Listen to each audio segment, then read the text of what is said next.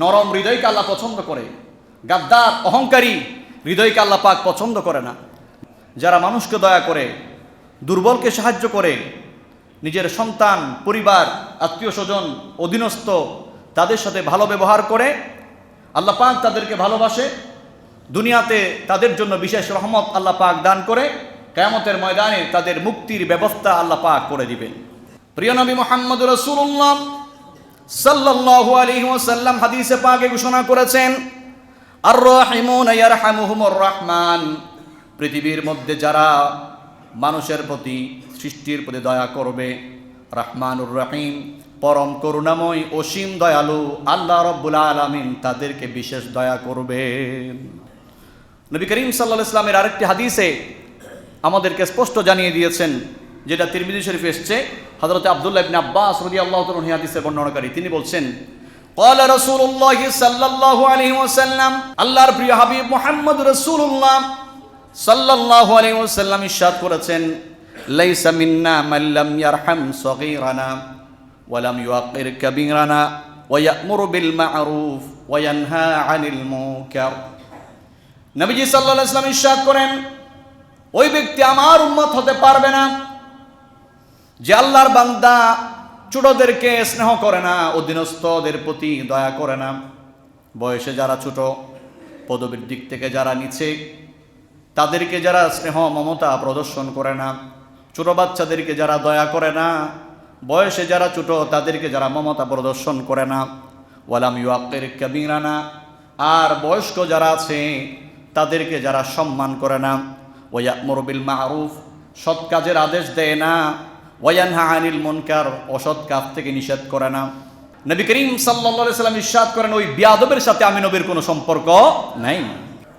মূসা আলাইহিস সালামের যুগের এক ব্যক্তির কথা রাসূল করিম সাল্লাল্লাহু আলাইহি ওয়াসাল্লাম সাহাবায়ে কেরামের সামনে উপস্থাপন করেছেন। হযরত আবু হুরায়রা রাদিয়াল্লাহু তাআলা আনহু তিনি বলছেন, রাসূল করিম সাল্লাল্লাহু আলাইহি ওয়াসাল্লাম ইরশাদ করেছেন, বাইনামা রাজুলুন বিতরিকিন ইশতাদ্দা আলাইহিল আতাশ, একদা এক ব্যক্তি প্রচণ্ড খর রৌদ্রের উত্তাপে মরুভূমির মাঝখান দিয়ে হেঁটে যাচ্ছিলেন সফরে। ফাওয়াজাদা বিরান ফানাজালা ফিহা ফাশারিবা মিনহু, ওই ব্যক্তি পিপাসার্ত হয়ে গেলেন। কিছু দূর যাওয়ার পর একটা কুয়া পেলেন, পানির ফোয়ারা। ওই কুয়ার মধ্যে নামলেন, নিজে পানি পান করলেন।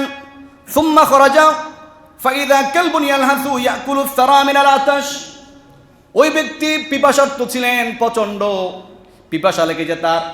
পানি পান করে যখন কুয়ার উপরে উঠে আসলেন, দেখতে পেলেন কুয়ার উপরে মানুষ পানি তুলেছে, পানির সাথে মাটির সাথে ভিজে কাদাযুক্ত হয়ে গেছে। একটা কুকুর জিহ্বা বের করে হাঁপাচ্ছে, আর বাঁচার জন্যে ওই কাদা মাটিগুলো সে নিজের জিহ্বা দিয়ে লেহন করে খাচ্ছে। বনী ইসরাইলের ওই ব্যক্তি কুকুরকে দেখে তার মায়া হলো। সে মনে মনে চিন্তা করল, আমি মানুষ, আমি কুয়ার ভিতরে নামতে পারি, আবার পানি পান করে উঠতে পারি, কিন্তু এই সৃষ্টি জগতের একটা কুকুর, চার পাওয়ালা, কথা বলতে পারে না, পিপাসায় কাতর হয়ে গেছে, জিহ্বাটা বের হয়ে গেছে। সে পানির পিপাসায় কষ্ট পেয়ে, কাতর হয়ে, দুর্বল হয়ে পানি আর মাটির সাথে মিশ্রিত কাদাগুলো লেহন করে খাচ্ছে। তার প্রচণ্ড মায়া হলো। ওই লোকটি তার মোজা, চামড়ার মোজা খুলে ফেলল, কুয়ার ভিতরে নেমে কুকুরের জন্য চামড়ার মোজা ভর্তি করে পানি উঠে কুয়ার উপরে নিয়ে আসলেন। ফাসাকাল কালবা, পানিটা এনে কুকুরকে পান করালেন। ফাশাকারাল্লাহু লাহু ফাগফারাহু লাহু, আল্লাহর হাবিব সাল্লাল্লাহু আলাইহি ওয়াসাল্লাম বলেন, আল্লাহ তাআলার দরবারে এই আমলটা এত ভালো লেগেছে, আল্লাহ তাআলা এত বেশি পছন্দ করেছেন, কুকুরকে পানি পান করানোর কারণে ওই বান্দার জীবনের গুনাহ আল্লাহ তাআলা মাফ করে দিলেন, ওই বান্দাকে আল্লাহ তাআলা জান্নাতি বানায়া দিলেন। একটা পিপাসার্ত কুকুর, তার প্রতি দয়া করেছেন, নিকৃষ্ট একটা প্রাণী, কুকুরের প্রতি দয়া করেছেন। ফাশাকারাল্লাহ ওয়া গাফারা লাহ, আল্লাহ তাআলা তার এই কাজটা কবুল করেছেন, কারণ ইখলাসের সাথে, মুহাব্বতের সাথে করেছে। নরম হৃদয়কে আল্লাহ পছন্দ করে, গাদ্দার অহংকারী হৃদয়কে আল্লাহ পাক পছন্দ করে না। বনী ইসরাইলের এই ব্যক্তি কুকুরের প্রতি দয়া করেছেন, আল্লাহ তাআলা এত বেশি তার উপরে খুশি হয়ে গেছেন, তার জীবনের গুনাহগুলো মাফ করে দিয়েছেন, তাকে জান্নাতি বানায়া দিয়েছেন।